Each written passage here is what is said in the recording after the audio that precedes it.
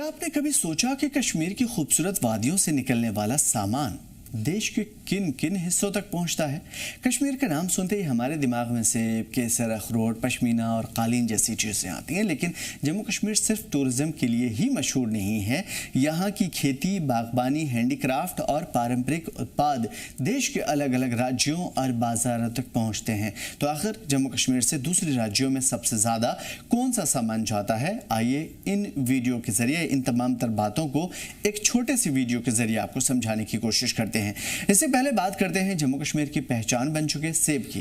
कश्मीर के सेब देश के अलग अलग हिस्सों में भेजे जाते हैं और देश का कोई हिस्सा ऐसा नहीं है जहां की मंडी में ये कश्मीरी सेब न पहुंचे। मंडियों के जरिए दिल्ली, पंजाब, हरियाणा, राजस्थान, उत्तर प्रदेश और दूसरे राज्यों के बाजार तक पहुंचते हैं और उसके बाद डिस्ट्रीब्यूट होते हैं। सरकारी आंकड़ों के मुताबिक जम्मू कश्मीर में हर साल बड़ी तादाद में ताज़े और सूखे फलों की दूसरे भारतीय बाजारों में सप्लाई होती है, लेकिन सिर्फ सेब की नहीं, यहाँ चेरी, नाशपाती, खुबानी, दूसरे फल भी पैदा होते हैं, देश के बाजारों तक पहुंचते हैं। 2026 में जम्मू कश्मीर की चेरी और प्लम की इंटरनेशनल पहुंच भी बढ़ी है।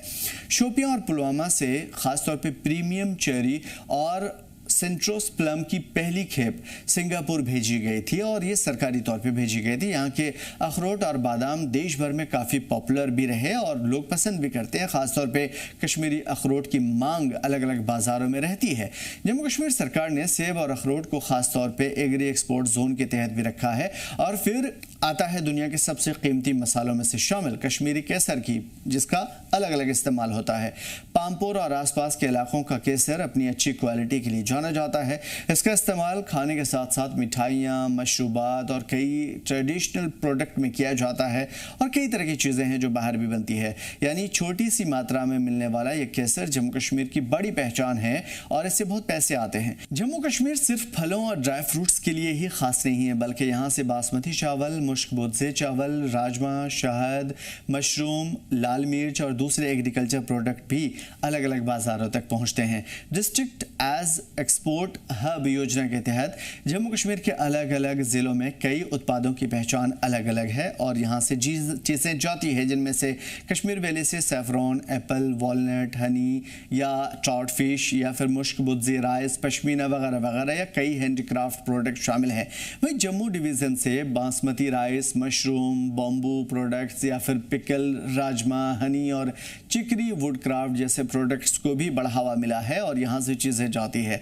अब आते हैं उस क्षेत्र पर जिसमें जम्मू कश्मीर से पूरी दुनिया में एक अलग पहचान है, यानी कुछ स्पेशल जगह हैंडीक्राफ्ट्स, कश्मीर की पश्मीना शाल और उसके साथ साथ हाथ से बुने हुए कालीन, कानी शाल, ख़ासतौर पे सूजनी की कढ़ाई या फिर पेपर माशी और वॉलनट वुड वगैरह या वॉलनट वुड की जो कार्विंग बनती है, जैसे उत्पाद देश विदेश में जाते हैं अलग अलग बहुत डिज़ाइनिंग खूबसूरत अंदाज लकड़ियों पे बने हुए।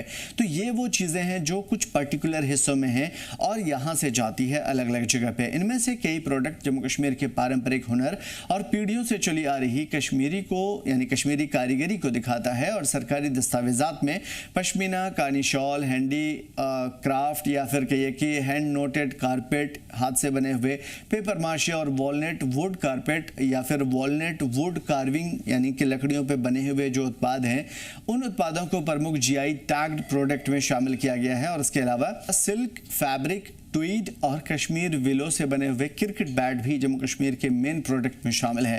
यानी एक तरफ खेतों और बागों से फल निकलते हैं तो दूसरी तरफ कारीगरों के हाथों से बने हुए प्रोडक्ट्स देश के दूसरे बाजारों तक पहुंचते हैं। तो अगली बार जब आप शहर की मंडी में कश्मीर के सेब, अखरोट दिखाई दे और किसी दुकान में असली पश्मीना और कश्मीरी कालीन नजर आए, तो याद रखिए कि इनके पीछे सिर्फ एक उत्पाद नहीं बल्कि हज़ारों किसानों और कारीगरों की मेहनत जुड़ी हुई है। और इसके अलावा भी ऐसी बहुत सारी चीज़ें हैं जो जम्मू कश्मीर की अलग अलग बाजारों तक जाती है।